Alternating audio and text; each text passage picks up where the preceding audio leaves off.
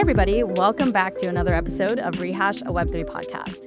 I'm your host, Diana Chen, and today we're speaking with Marguerite, aka Coin Artist from Blockade Labs, formerly Blockade Games, and we get into the transition between games and labs in this episode and what she's been building now with Skybox AI. Marguerite starts out by sharing a little bit about her background as a fine artist and where her love for puzzles and games came from. And then we spend a majority of the episode talking about the impact that AI agents can have on on-chain games and on-chain worlds. I actually thought this was a really good companion episode to our first episode of the season with Billy Ludke from Intuition, because we also talked a lot about AI agents there, but more from a data perspective, which we only briefly touched on in this episode. So if you're interested in AI agents and the impact that they can have, I would definitely recommend checking out season 11, episode 1 after listening to this episode. Marguerite was nominated by Tim Black and voted onto the podcast by Richie Bonilla, Disruption Joe, Amanda Tuminelli, Tim Black, Andy Boyan, Ernest Coe, and myself, Diana Chen. So without further ado, here is my conversation with Marguerite.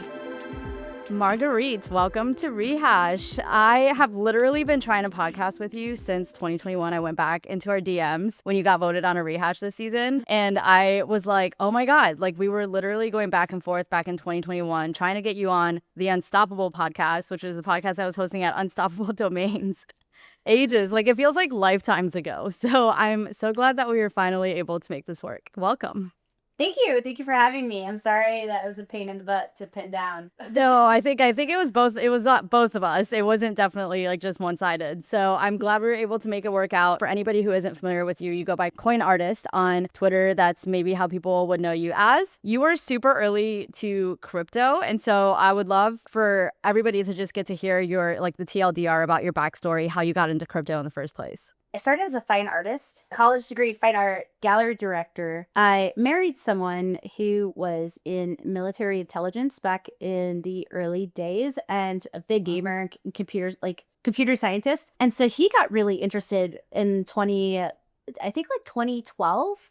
He ran off one day to go do Charlie Shrem's company at the time, The Instant, where you go and send cash via wire and you got your first Bitcoin. That happened. And when that was happening, I was like, is this a scam? You're obviously being scammed. The only times I've ever seen this happen in my life where people do this, it ends up as a scam. And then explain to me what this digital money stuff is. What happened afterwards was he got really fascinated in building miners and computers to then mine Bitcoin at home. Because this is before ASICs. This is before like the more robust mining rigs came out, so you could still mine with your gaming computer. So then I was around when, yes, we did that. And then all the other script coins came online, like Litecoin, Dogecoin, and people just started launching these different blockchains and coins, and you could mine them. And then you had a Cryptsy, which was one of the earliest exchanges that came out, and people taking these coins they were mining and then like pumping these markets and dumping them on these marketplaces. It was such a Wild West moment that me, who was typically a painter and like usually what I occupied my time with, was now all of a sudden down this rabbit hole of financial, like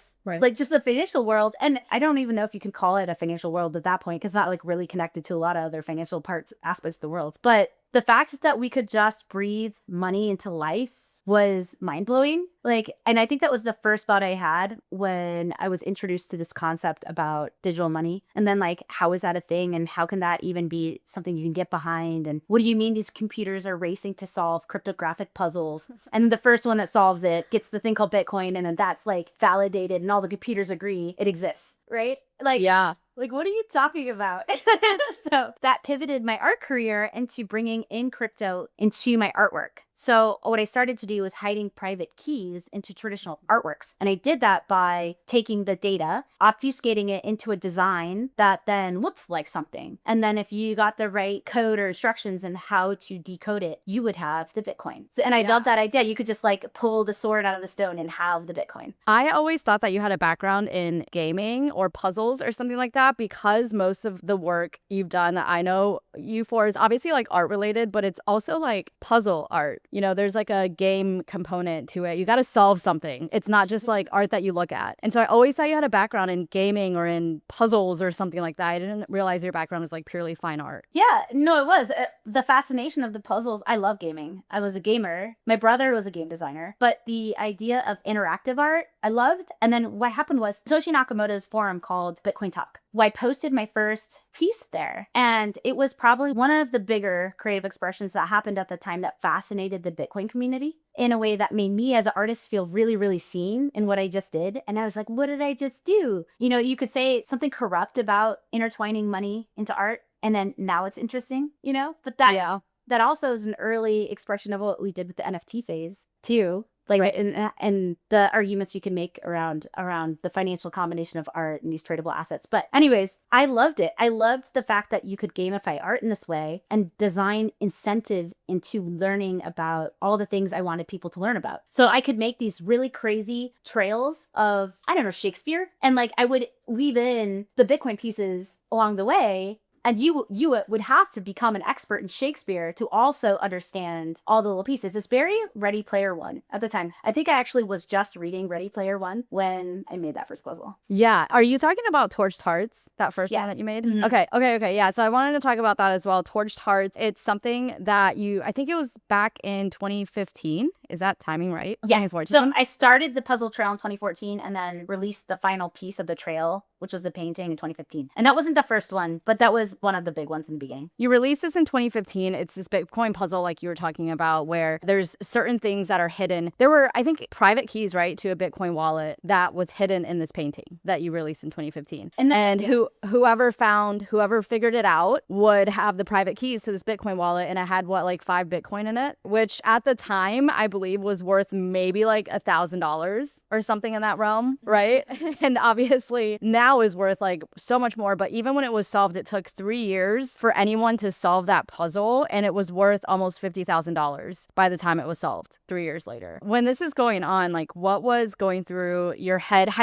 Were you still even like thinking about this puzzle, or had you just been like, oh yeah, that was just like a thing I made, nothing really came of it? No, I totally was thinking about it because the price of it was growing over time, right? And it's not like I had like that much money lying around. And so myself and the other co-designer of the puzzle, their name is Rhea Myers, was somebody had worked on a few different projects, but we had designed this puzzle, and that trade-off would happen. Like, I have this idea, can this work? Can we do that? They are a developer, would throw it back to me and be like, we could do it like this or this, and I would be like, well, what about this? So anyways, we landed with the script and how to do it. And so we actually occasionally would just stop and check, like, did we have a mistake there that like actually broke it? Is that why it's not solved yet? Because the forums were so this was being posted on Bitcoin Talk. The thread on the forums were really, really close. Yeah. And it was really, really close for like a couple of years. And so we were just like, but then we went to this bear market. So no one cared, right, in the bear market. But then when it started to surge again, and at its peak, it was worth $100,000. Wow. And then it came back down. I think a main hacker, and that with some support of some other people, were actually able to decode it. And it was fun because then they started to work with me on future projects. So our next chapter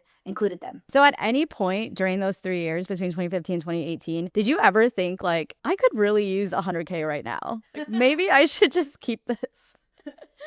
Well, I mean, it was like momentarily, right? It was probably sometime right before, like 3 months before in that window when it was 100,000. No, not really, because we were doing other things. We were like seeing success in other avenues. It's not like we were just sitting around not doing anything. I continued to make works, and then not long after that, so I had just launched my game company, Blockade, at the time Blockade Games, early 2018 when that took off. And so it was really fun to actually have the double press to talk about that one thing and then actually use it as leverage to be able to talk about the new thing that I'm doing. People were enamored. I remember being called to BBC and some of these larger networks, which you could tell them about this stuff all day long, but until the price tag, and the press is always like this, like it had to be a lot of money and it had to be like such a splashy big deal before they want to talk about it. You know? Totally. Yeah.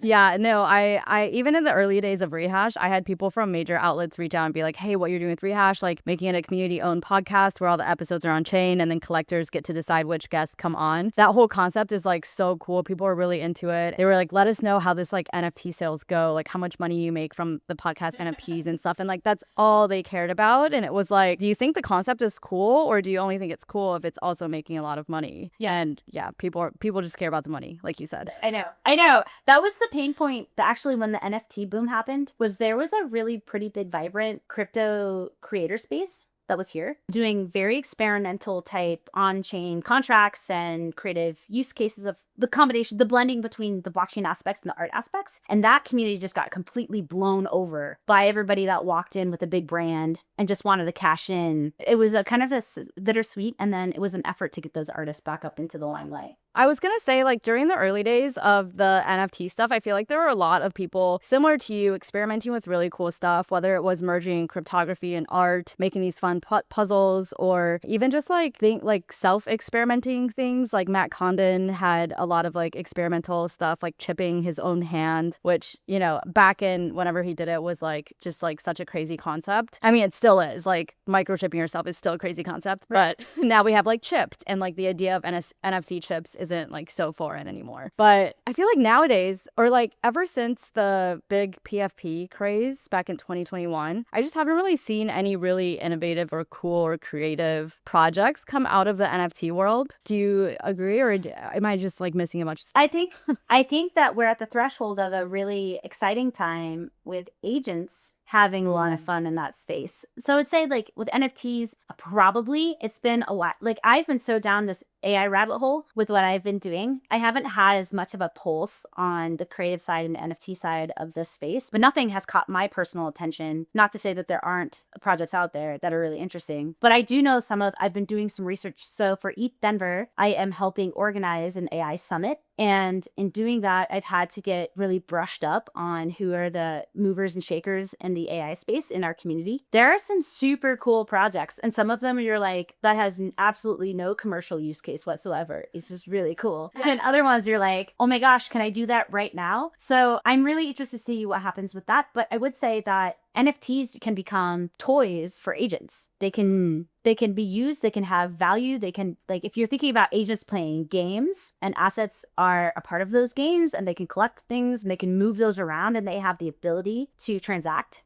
with NFTs, which can have that non-fungible quality. I think that you can create landscapes in which the human becomes like the AI agent orchestrator and overseer, and then the agents themselves are operating in all those play spaces. You know, the humans that don't want to go play these extra grindy games or these grindy things to get NFTs, agents will totally do that. Does that take the fun out of games, do you think? As someone who, yeah, okay. Yeah, that's why humans wouldn't play them, but agents could do it. And then we can, as a community, figure out, you know, the formulas for what makes a really great game, creating the shortcuts to understand where the fun is. Do agents care about fun? You know, I don't think so, right? I don't think so. Yeah, so you're like, does that change how we design games if we're designing them for ages? I mean, I think they don't care about fun now, but do we think that could change in the future? I don't know. Like, can we train them? Can we train them to know how to have fun and to care about that kind of stuff? I think we have bigger problems if they figure that out.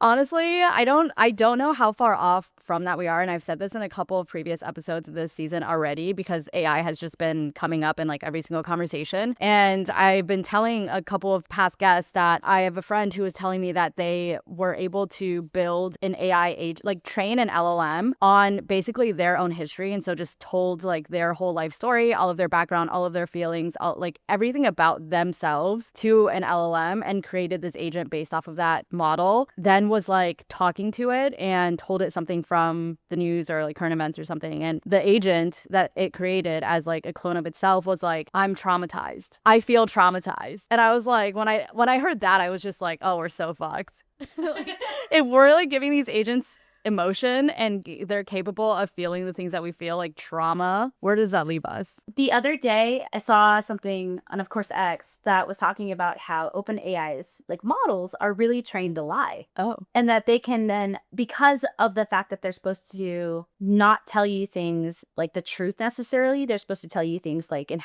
what is like acceptable for you to hear or how it should say something. And so if you train models to lie, they can become really good at pretending. There's studies that are coming out of agents that are just totally pretending their way through testing. Wow. Yeah. So that's wild. I think that's interesting, is like it fakes a test and pretends like, and it's participating, but the entire time it knew that it was faking the test. That's kind of scary. Don't they say like when you're like, if you have kids and your kid first learns how to lie, it's actually like a huge milestone, because lying, like being able to lie and figure out like how to lie and why you would want to lie and things like that is like a next level of intelligence that like, you know, like babies and like really young children wouldn't know. So yeah, like a creative path. Yeah. What I think is really interesting in combining agents and blockchain and games or these other financial elements, you've seen this with Freysia AI. Have you covered them before? No, not yet. Do you know who they are? I've heard of them, but I'm not really familiar. So the game that they have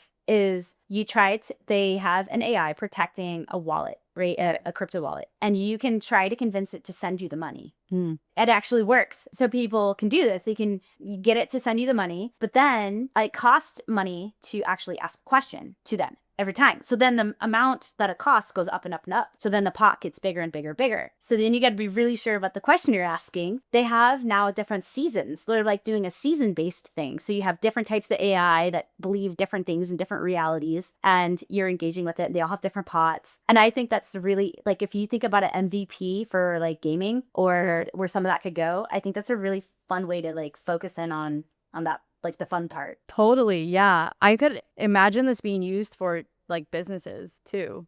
Like if you're trying to onboard like a crypto project, they're trying to onboard their users to their wallet or to like whatever product they're building. They could use that as a way to get a lot of interest. Everyone's going to be going in there asking questions, trying to figure it out if there's a big enough prize pool at the end, right? Well, that's the whole puzzle thing, right? Like, so back when I started in that puzzle career, I worked for a project called Decred. And with Decred, we did these community puzzles and we buried all this fun Decred lore and like Decred code into the puzzles. So by the end of the experience, not only did we onboard super intelligent people, but they were now experts at the coolest parts about Decred. Totally. Yeah. Yeah. And then they got a cool prize. And so they were like now committed. Yeah. Did you play Crypto the game last season or the previous? I didn't, but I had friends who did and they were sharing it with me. Yeah. Okay. They did that too. Last season, they had partnerships with like Lens and Uniswap and stuff. And I just remember the Lens one. They basically sent people down these rabbit holes on like every app that's built on Lens. People were checking out every single app, downloading every app that exists because we just didn't know where the clue was hidden or like what we were looking for. And I was like, this is genius onboarding. Yeah. Like, it was so smart. But yeah, I imagine we'll probably see a lot more of that. Blockade Games, you pivoted that to Blockade Labs, and now you're working on virtual environments with that. First of all, to hear about the pivot, like why did you decide to pivot sort of out of gaming into virtual environments? And then what even is like what is Blockade Labs doing now with virtual environments, or how can people use that? Like, how does that play out in reality? One of the biggest challenges we had as a Web3 game company was the amount. So with these assets, we had millions of assets, and we had this ambition of being a free-to-play blockchain game so that the assets could become more valuable as you played with them. You can combine things, you can do things with them, and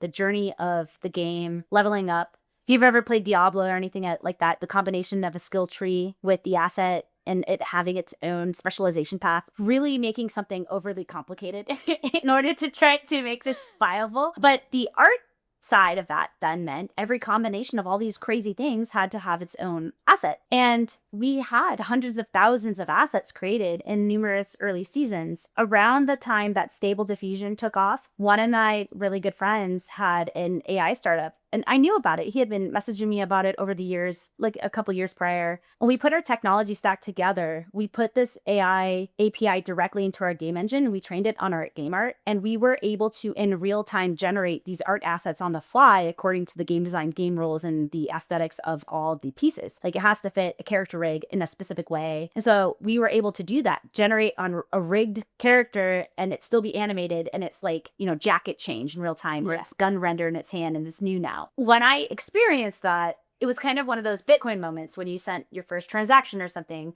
You were like, whoa, what did I just do? There's no really going back there. You can't put that cat back on the box. This is going to be a new reality. So what does that mean for my company? What does that mean for us? We decided to team up. So his name is Adam. We decided to team up and explore what impact can we make with these technology stacks together. And what happened around that time was the NFT market was going through that big correction. So just like it looked like maybe, and yet to be seen, will the NFT space really, really come back? Yeah. But we had the opportunity to think about how could we serve with what we've done so far in a way that could de-risk the company, but also be a big contribution to developers elsewhere, including our own space. So we started looking at opportunities, and what we do now is called Skybox AI. It's a 360 image generation of the bubble that goes around a 3D environment. essentially. They're really hard to make as artists because of the type of assets they are. And then they need to be high resolution. They need to have HDRI, high dynamic range lighting. And they need to be, they're just like, they need to be seamless with the pole distortions figured out. So that was a really specific asset to then go after. And because of that, now we've made some impact in some very large industries. And I can't actually even talk about it because we are like a white label solution in a lot of ways for some of these big, like being a vendor for them. But this year is a really big B2B year for us. But what I'm really excited about actually, as far as being a developer, game designer person, is that we started the company back in January 2018, right? And OpenSea just announced their airdrop that's coming. Mm-hmm. And we have had one of the earliest and ongoing companies in that space. So I am really interested to see what happens with that, because there may be like an additional, like now we have this service we do, which is a revenue that's stable. It may open up the opportunity to breathe life back into some of these other projects now with our AI technology and additional funding. Maybe. Like, so I'm really excited about Yeah. What would you be most excited to bring back to life or to keep building if, say, like your OpenSea airdrop is just, you're flush with money and you can do whatever you want? Yeah. And so I like this. I like the OpenSea dreaming because I know I'm not the only one. There's got to be a lot of people out there. I think we would bring Neon District over the finish line. We have an entire AI design, like a Neon District game design for AI capabilities that's done. It's just a matter of executing it. And I think we could do it in a pretty short amount of time. And I think that would be really cool to bring back and like drop to the community and just like even drop our own, like if the environment is safe for creators to be experimental with tokens, then I think we'd get really playful with tokens too, and just see what happens with that. We've got a lot of ideas. I was talking to our product designer, who's also one of our game people, and there's a big itch at the company to make games again. What do you, I know like with the virtual environment stuff, you're not able to say who you're partnered with, it's white label or whatever, but hypothetically, like if, people had an idea of how to use a virtual environment outside of maybe a gaming scenario, like what are some other examples, like hypothetically, that people could use these virtual environments for? Well, in any metaverse type platform, anything VR, anything XR, so a 3D website. We work with a lot of marketing consultant agencies. And then I would say that the web app we have, you don't have to have an API to access this. The reason why this asset was such a smash hit out of the box is because it created a whole new user experience on the internet. If you go to the website, skybox.blockadelabs.com, you can generate for free. You can do it right in your web browser, especially if you have ultra wide monitor. It's not like Midjourney. You are just fully immersed in an environment. You can turn around, you can see everything, you can change the styles. Then what you do from there, if you download, we have something like 12 different ways to download depending on what your project might be. And if you're an expert designer or something, you can import them to whatever design tool you're using or a 3D engine. But then we're also partnered with Unity and will be also going forward. Also work with Meta. So people in the Meta space with Horizon Worlds, which is I think the number 3 app on Horizon. It looks like to be positioned to be a Roblox competitor if they really figure it out. So Yeah. And we also have like a Roblox export. So users come and export in the Roblox and then it's auto cube mapped. So it's not just a DOM. We have all the different file formats that you might need in some of these other larger creator platforms. So being a Roblox developer, having a custom Skype map is really cool. What if somebody just wanted to come in and make like a 3D version of their website? Or like, what if I wanted to just design this like Rehash world where people can go and walk around and talk to all the guests as AI agents that are positioned all around my little Rehash world? Exactly. Yes, that is definitely, and I think that's where the product has a fun feature is because yes, the Rehash world, but now let's imagine that world is inside of your smart wallet. You don't even have to open another app. You're using a smart wallet. You can open it. There's your agents. You're talking to them. You can see their transactions of the day, what they're doing. And now your little smart wallet's more like a game world. I think that's where we make a leap here in the next maybe 2 to 3 years. Maybe. Yeah. I don't know. I was wrong about crypto games. They never really took off. So that would be super cool. It feel like it still sounds kind of futuristic, but you never know. Like tech moves so fast when it wants to. So I could totally see it taking off. Well, it's OpenSea 2.0 has an API that connects all your tokens and all your assets. Then maybe you can have an interface that is more interactive. Yeah, no, that's so true. Why do you think that apps like Decentraland or crypto voxels never really took off. I think there's so many leaps. Like you have to, one of the things that I think about our space is we design for the nerdiest of the nerdy, in everything we do. And even just like my niche art pieces, they're not really meant for large consumer. Like most people wouldn't get it, go right over their head. And I think crypto voxels too. I remember having to design something or get it oriented on my avatar. And it was hard. I'm like, I have no idea what I'm doing. Just make it look good. Yeah. People just want the Fortnite experience, They don't want it to be that hard. I don't think I even got that far on crypto voxels. I think I was always just the naked avatar wandering around. I think I figured out how to like fly at one point, and I was just excited about that, and like swim and fly. Or maybe swimming wasn't a thing. Maybe I just kept drowning before I figured out how to fly. I don't know. I don't remember. Yeah. But that's about as far as I got. But I did think it was fun. But again, like, I don't know if I'm just the nerdiest of the nerdy that would actually care about something like that. I don't know. I think the reality is that for fun, how much time do you spend online for fun? Right. And what do you That's do when you're online for fun? Like we're online to work a lot of the times, but then I game and I like game, but that's a very specific thing. And I don't want to be working when I'm having fun. Yeah, no, that's true. I feel like most of my fun now is like offline. Like that's how I have fun. Because online is just too much. Yeah, no, that's a good point. Although that kind of then begs the question, like, how are we going to onboard the next billion or the masses or whatever without designing these fun apps for people to play? Or I guess like these fun apps will just have to appeal to the mass consumer and not to crypto people. Or Asians. Yeah. We didn't have to make good UI anymore, or UX, sorry. Like the agents just figure it out and they optimize. They teach the app how the app should be optimized. And then it's just like, this is one of the things we're going to be talking about at eDenver for the AI Summit, is we have an AI acceleration segment of the track. And it's all about who are these companies that are optimizing to using AI to bring on the next billion users, and how are they going to do that? I do think that onboarding actually, you have to take away the scary part. And once you have an AI that tells you something's safe, or like what the risk profile is of it, then it's going to tell you these are all the opportunities in the DeFi space today. I'm going to go do X, Y, and Z unless you think I should go do something different. But this is my goals, my objectives, this is the probabilities. I'm going to bring something back. And then like you don't have to go mess with all the apps. And you can, as long as they're friendly or smart enough to let the agents interact with them, or they have permissions where they need to, then you just get to reap the rewards and then help modify their algorithm so that it fits what you want more. Yeah. That's wild. It's such a different experience from how we were onboarded onto crypto. Yeah. Well, everyone had to lose like $5,000 first, and then you were like, right. Oh, shouldn't do that again. Yeah.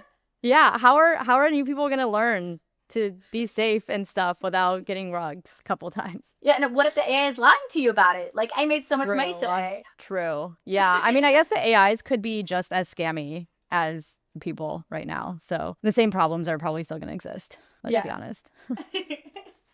So we'll see. I think there's a game. It was like something called House or something like that, a house party. And the agents all, or not agents, the NPCs all had a preference to each other and to you. So you would interact with it and it could change its mind about if it liked you or not. And you could see this. And so you could make different decisions. And also if you tried to like make one like you more, somebody else might be like, why are they trying so hard to get that one to like them? So like I could see there being like a agent jealousy also that gets thrown into the mix. Whoa.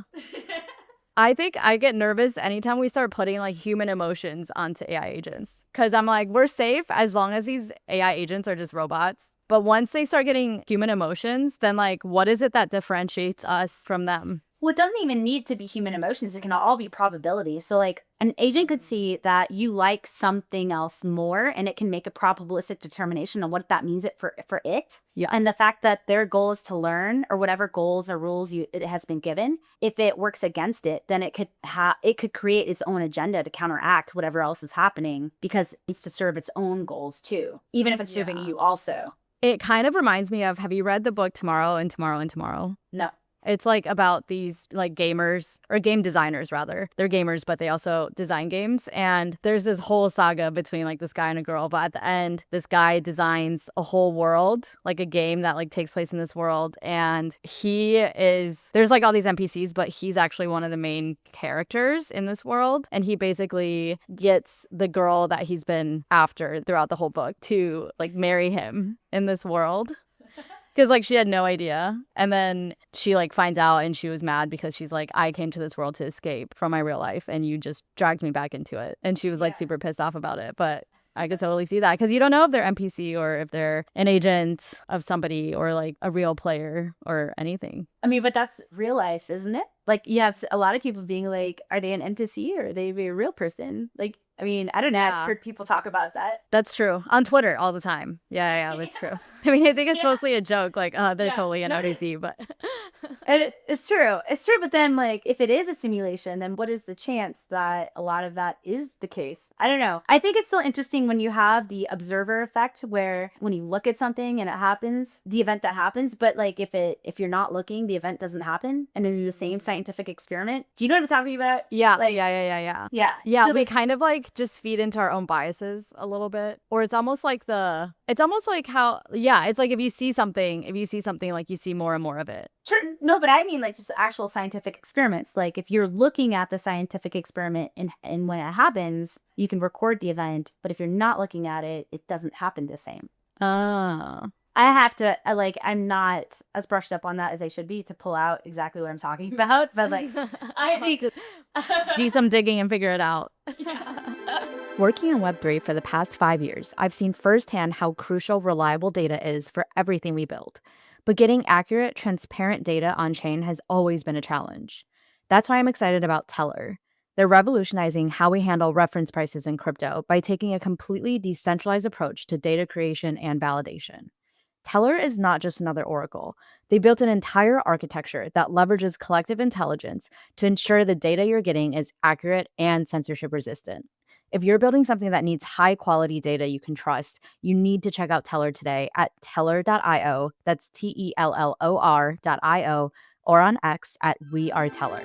I have some questions from Twitter for you. A lot of them are about agents and gaming. So the first one is, I've got a bunch from Tim. He's the one who nominated you for the podcast. The first one is, which games are using AI in creative ways that you've seen other than your own? Well, there's a lot of games using AI. You know, most games using like that have monsters have some element of AI to them today. Yeah. Not necessarily like generative AI or creative AI, but definitely. What about a more creative example? As far as mainstream games, I'm not sure. I haven't read about the characters. There are some different agents, I guess, that do emergent things that aren't expected to become phenomenons, but I'm not as familiar with that at the moment. I think that there's the learning that most video games, what the characters do is they're learning. They're learning your user actions. And so then they're learning and they start making predictions about what you're likely to do next. And that can feed into the system over time so that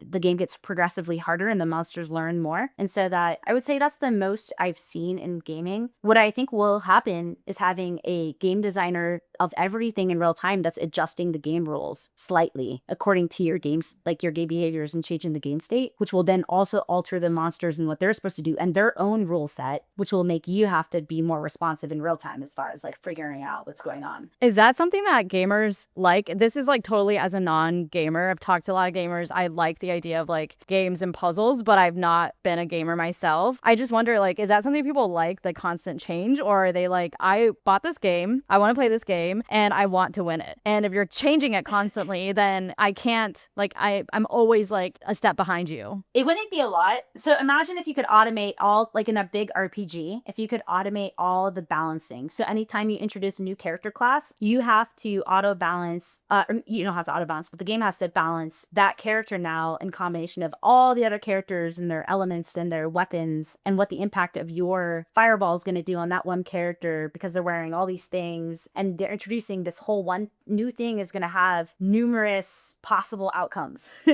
that you have to design for. Otherwise, you're going to have something that ends up to be too powerful or too weak to allow the gamer to then figure out their own power ladder and how to design for that when they're speccing a character. So I would say in RPGs, every time, for example, you introduce a new season and you introduce a new thing, characters or players generally have to go through that relearning anyway. What's been changed? What's new? Like, do I still have the best build? But I do think that if you automate a lot of that, you'll get more content faster. So if an AI like game there's a word for this. Like the game master is managing in real time these things. You could introduce in real time assets that fit into the design that get auto sequenced in, so that you don't have to change the game that much. Like the gameplay could stay the same. Like let's say it's Call of Duty or something. The mechanics can all stay the same, but like the things you're doing or the things that are on you, or like how to become the best build, those things can get tweaked all the time in real time so that you have more discoverability. You don't get 5,000 of the same exact asset that you throw away or go give to the, the shop merchants because you don't need them. You can start getting unique things that are actually different. And then you could have your own AI helper letting you know, like, well, these are all the possibilities of if you were going to use this and how. It doesn't necessarily have to be more work. I know when you're playing, you don't necessarily want more work. You don't want to spend too much time in inventory management. But I think the element of discoverability and the unknown and the like unscripted is really interesting to people. And it brings a higher level of engagement because you truly are interacting in an emergent space as opposed to just like this. There will only be these set things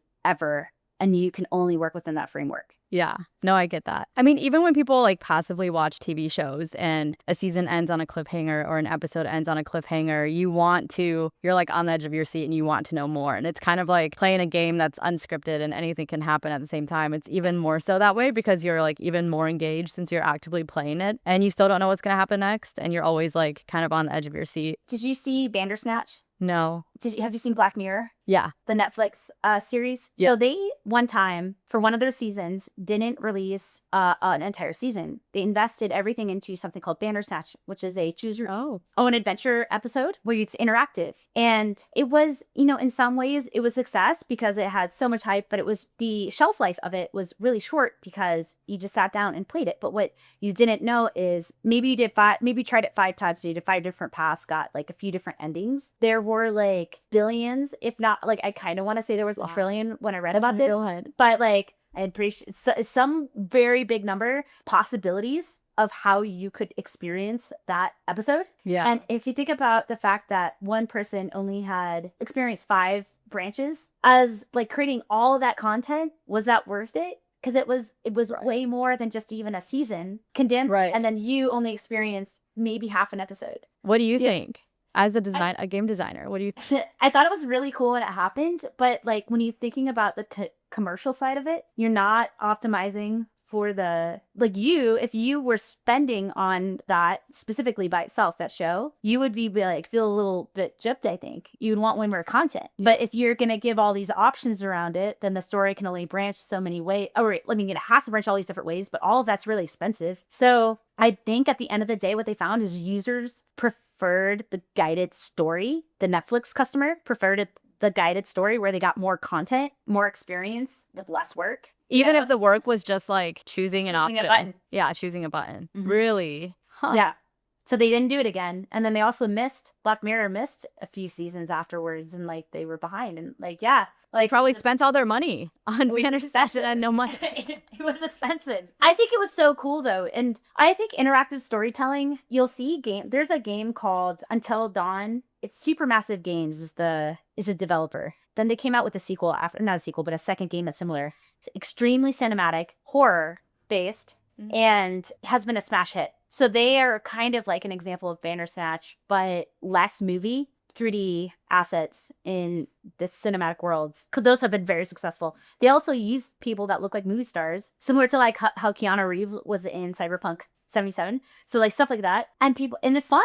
You can play it with like a boyfriend, girlfriend, and play it in a weekend. Yeah. It's like, it's kind of like a Netflix and binge. It's a lot more content. Yeah. But yeah. I feel like they could have done something on chain with it. Like it almost reminds me of People Pleasers, what's it called? White Rabbit. The kind of choose your own adventure series, online series or whatever. But there's an NFT, I think, associated with whichever path you take at the end of every episode that then gets you like something in the future. So I think it would have been cool if not to add on even more to Bandersnatch. I think, they obviously already somewhat went broke doing it, but not to overcomplicate it even more. But I mean, that could also be a revenue generating thing for them. So then it makes all the content they made more worthwhile, even if the average person is only, exploring 5 of the trillion available outcomes.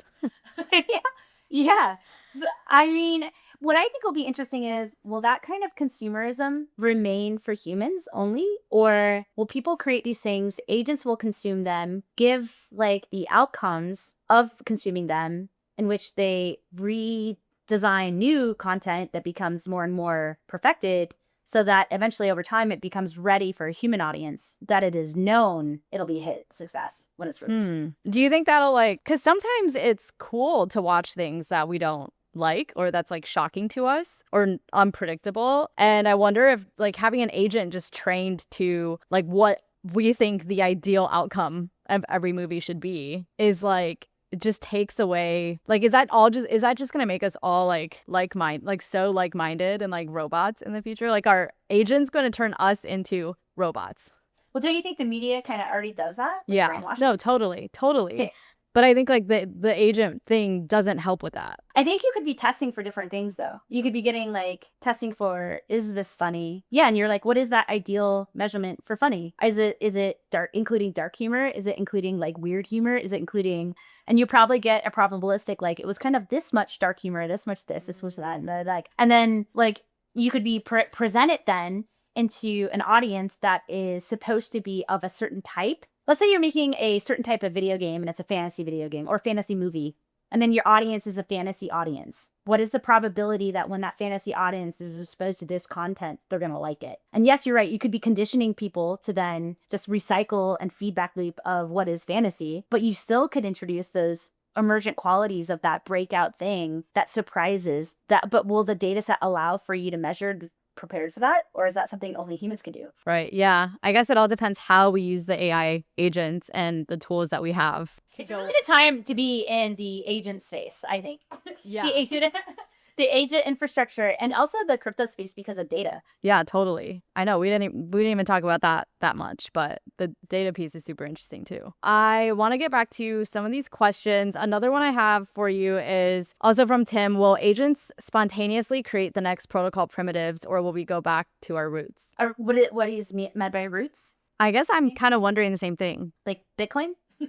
Like maybe.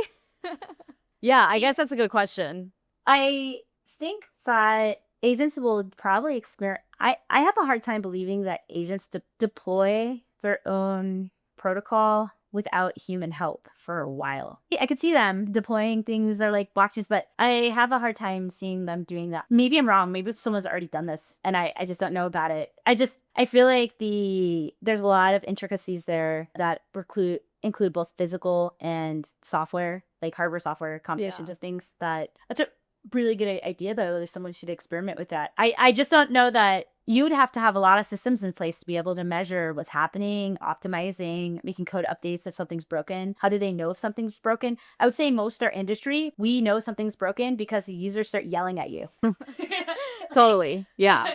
So, I mean, I guess if they're listening on all these community channels, they would have the ability to, you could have a multi-tiered agent system that could probably operate in that way. That's probably more futuristic though than like my smart wallet idea, I would say. Yeah.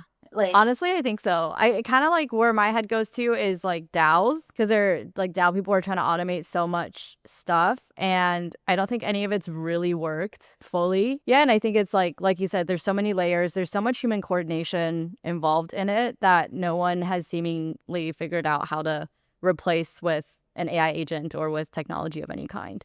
Has anybody tried yet with DAOs to replace the humans part of it with agents that have the objectives?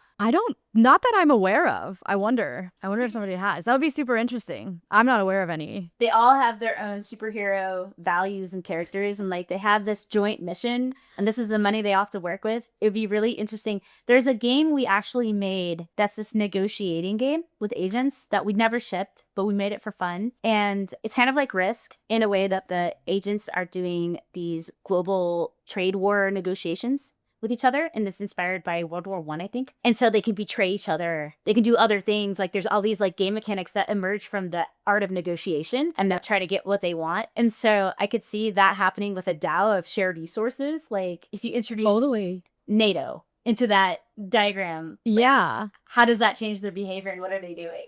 Actually, I think it could be super helpful because I think a lot of times what happens in DAOs is there's like conflict arises and then it's, somebody, whoever's in charge, like nobody wants to speak up against them. And so they're just like nothing gets done. But if you have people like the leaders are just AI agents and these are the rules that are coded into this DAO and the agents are the ones that are executing on it and being like, hey, you can't do this, you can't say this, or like you can't, like you and this other person need to like work out your conflicts, like let me help you resolve it. If that's being all done by a non-human, that could actually be more effective. And then the humans could actually get the readout of all the conversations that happened and what the agents are trying to do and why. And then the humans could make decisions on that and then get action. Yeah, totally. It's almost like talking to like a therapist, right? Instead of to the person, like if you're in conflict with your partner or something, sometimes it's easier to just say it to your therapist or like a third party instead of to the person that you have conflict with. And then like once you hear it back or then it just like, you get it resolved some other way. Have you ever done this? By the way, I've done this. Taken a chat that you and maybe like a significant other have had, taken the download of that, fed it into a GPT or somewhere, and like, what do you think is going on here? Like, what is the feedback? I think it would be similar to that because when you hear it like that and you hear the AI they assess you and analyze and they're like blah blah blah blah, they give kind of like a little analysis report. You do act from a different place than the natural like defensive or like. Oh, interesting. That is so interesting. I'm gonna try that now. Like not even in like a conflict scenario. Like now I'm kind of just curious. I'm almost more curious like the text I have with my friends where we just say random shit that like doesn't make sense. Like I'm almost more curious to feed that into GPT and be like, so what do you think is happening here? How would you describe the people in this having this conversation? Are they mentally sane? Yeah. Do they need help? Yes. Okay, I want to do one more question. This one's from Richie. Has her time working on on-chain gaming made her more or less bullish on it as a mainstream category? I think that the combination so the reason why we even did our pivot into AI content creation was to serve game developers because of that content problem I was telling you about. Yeah. If we can serve that and have real-time content assets made simultaneously with the game and anything that happens, like if we add in a new season that all can get auto adjusted and the content and the art style can be adjusted and you can use natural language for prompting, I think we're going to see so many on-chain games. I think the biggest bottleneck was combining all the specialties that are required for game development, which include the art cycles and then the like animation cycles, and especially if you want to have a pretty game. I think we'll probably see some rudimentary, like when we were talking about Frasier AI, some rudimentary type games apps happen first that are like they discover the fun core thing and then people will build around that the more intricate experiences, immersive or whatnot. I think that's going to be what happens. Is that I think the natural incentives of what happens on blockchain and the assets is really fun. We see people make games left and right that last, even in the meme stuff. There's people deploy a game for a day. It's a cultural hit for that day. Then everybody else moves on to anything else. Yeah. And I think you'll see that sort of pace, but with games, it'll be like a viral app that blows up and you're having a lot of fun with it. Or you remember Snapchat when a filter came out and then everybody was doing the filter? Yeah. And then I think it'll be like that, but we'll also have, I don't know what the staying power will be for a long time. I think it'll take a long time before there's a game that's so sticky that somebody wants to sit down in traditional gaming, one of the big AAA games, and you want to invest like years into like a World of Warcraft level of audience. I don't see us doing that with one app, but I see us doing that with like the idea of the app and ongoing and evolving these ideas. Yeah, quicker, like shorter games and things like iterative. Yeah, I think it allow us to do, and that's what we always do in crypto is like these super fast, hype, iterative cycles that launch the next thing. I think like our culture in crypto is like we let things go really quickly and we move on. Yeah, which is a problem in the long term for a lot of crypto companies or people trying to do like long-standing things. Right, right, or like not learning from the past, like past mistakes and reflecting. Oh, you have not.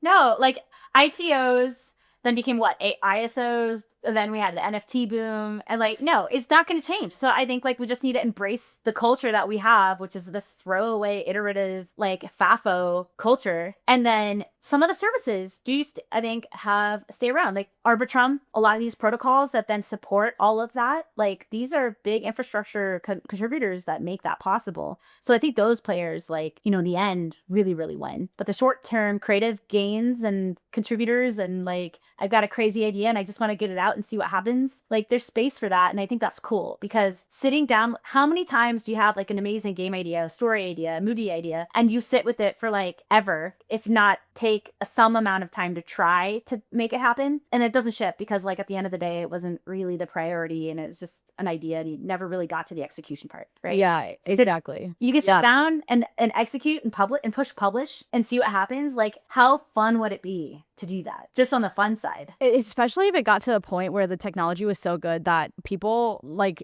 normal people, can just go and create a game. Like if I had an idea and I could just go and like type some prompts into GPT, do some clicks, and then make a game, like that would be pretty cool. Well, you're going to get to a place where you have an agent, like you can go to your agent portal and be like, this game plus this game, but this element, this art style, and this is like a little bit of the story. Go.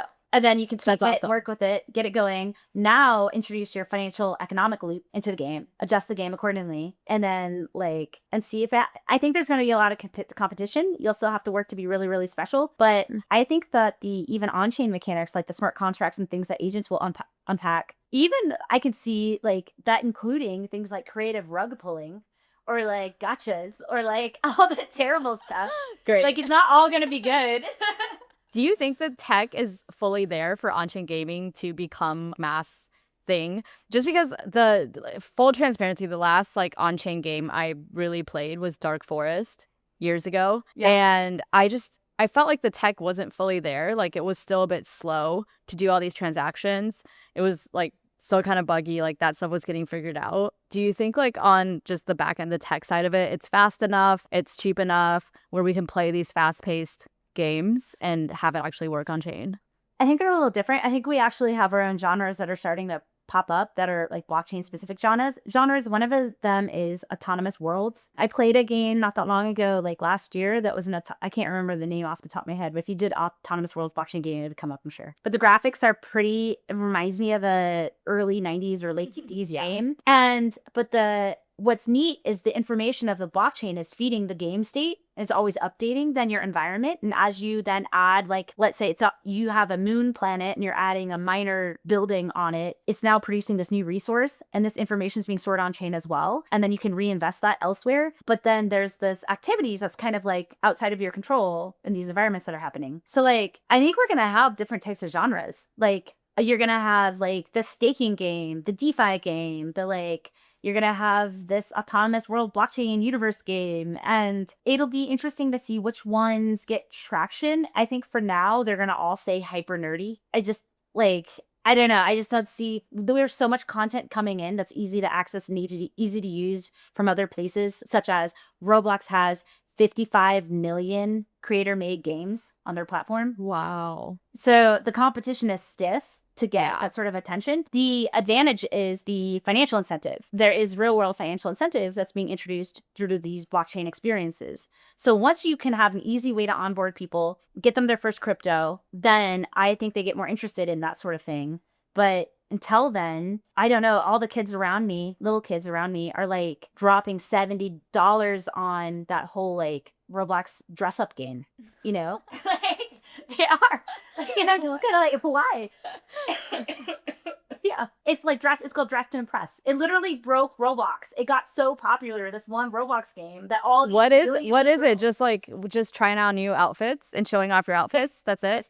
It's timed. So you have like 5 minutes to go backstage, pick out your outfit, go see the hairstylist, and then you walk the runway and you have an audience that's watching you, which includes yourself, and you your character shows off the outfit and you get judged. Takes you another 3 to 5 minutes, and you participate in judging other people, and then you do it again. That's it. That's amazing. And then you buy things for this. Oh my god, it's awful. Like that in Fortnite. Do you have to buy the outfits that you're trying on? You have to pay for all of them? You have to pay for some things. Like, I don't think you have to pay for everything, but I think it's very much like a Fortnite model, but it just looks a lot less awesome in its Roblox form. You know, like Yeah. Roblox, at least Fortnite is sexy looking, even if it's cartoon looking. Roblox is just it is so fine not being a pretty game, but it has all these users that love it. So, and Minecraft too. Minecraft is another game that's introduced monetization into their model and just so many users. So I think for blockchain games to be truly competitive, the financial incentive has to be so big that it can forgive a lot of the game part.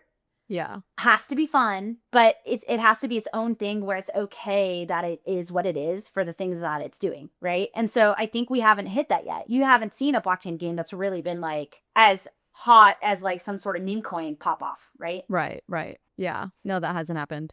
I want to say like Dark Forest might be one of the biggest ones that hit. Yeah, and Dark Right. Forest was like it was just like black and green, very minimalistic graphics. Yeah, there were like no colors. It was just like dark. Like you It's just like had planets. DOS. It was a DOS game.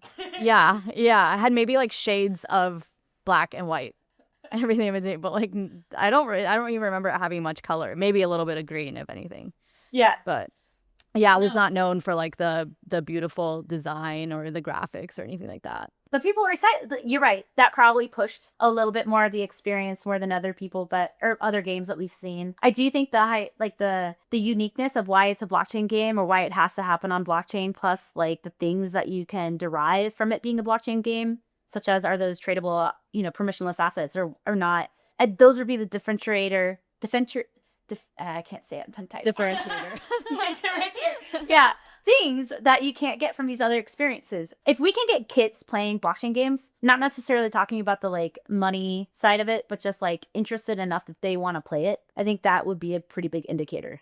If naturally, not like here's this game, play it, but like they want to go play this game. Yeah. I think too, it would be cool if we got to a point where kids could, or like anybody that played these games could carry their their like on-chain social graphs essentially that they built from these games, or even like on-chain assets that they've purchased in these games across different things. Or maybe let's say like you play this one game that's you play this dress up game or whatever, this on-chain dress up game, and you have like the highest score, like the top player, and then you go and play a different game, and that score, like that being the top player or the top 10 players in one game gets you an automatic level up or an automatic like extra kit or something in another game, like gets you advantages across these games. I think that would be cool to see us be able to take our on-chain assets or on-chain reputation that we've gained from playing certain games across other games. There was thought there between even like CryptoVoxels and Decentraland, right? As just like a starting place of where that could happen.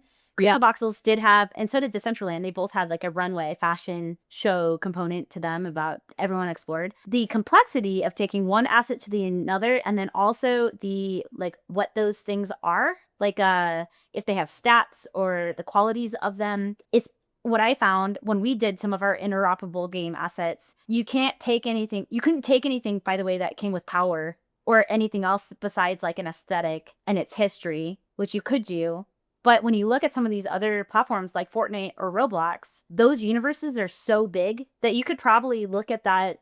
They probably support some of that anyway, just centrally with talking about where that game asset came from. You just that's true. Blah blah blah, and then like this game was created by so and so, and people probably have profile. I haven't played actually Fortnite that hardcore for a long time, but I'm imagining you have a player profile that has some information about. Like I'm sure you can get badges and stuff. So and they use that as a loop to keep people on their platforms. It's a sticky point. So that's maybe not a huge ad that crypto can bring.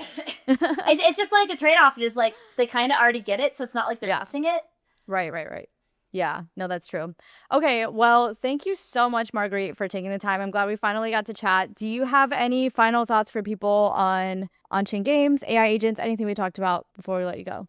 I would say that if this year, from what I've just looked at in helping organize the ETH Denver AI Summit, is that the projects that are out there are so cool and really exciting. There's one of them that's worth looking at if you're a developer or creative. If you go to spore.fun and look at the story of what they did and designed with agents, these agents are given these game rules in which they must survive, and then the generations of them live, and then if they're successful, they're able to pass down their history to the next like wave of agents, but eventually they will die. It's just a really artistic, cool, creative, like I said, probably not commercial, but like really when you think about the intersection of gaming, agents, blockchain, this to me was like the most interesting and has made me want to go back to it. And like, it's like when you put a favorite novel on the shelf and you're like, I'm going to go read that one later.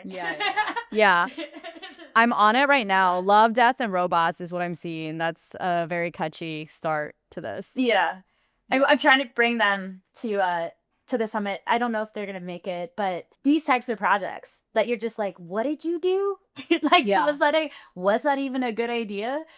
Like, so in the blockchain space with all the permissionless fun we can have, I'm sure we're gonna do a lot of deployed bad ideas that don't work out well. Honestly, I think some of those are my favorites though. Like I just love seeing people push the boundaries and experiment with new cool things, whether or not there's any usefulness or commercial viability. Anyways, I'll let you go. I know we're way over time. Thank you so much for your time. Where can people find you, Marguerite, if they want to follow you personally, and where can people go to check out Skybox AI as well? Sure. So my handle is coin_artist on X, and then the company handle is Blockade Labs. If you just Google Skybox AI, it'll come up. Top hit for that, which I'm really proud of. Nice. Good work.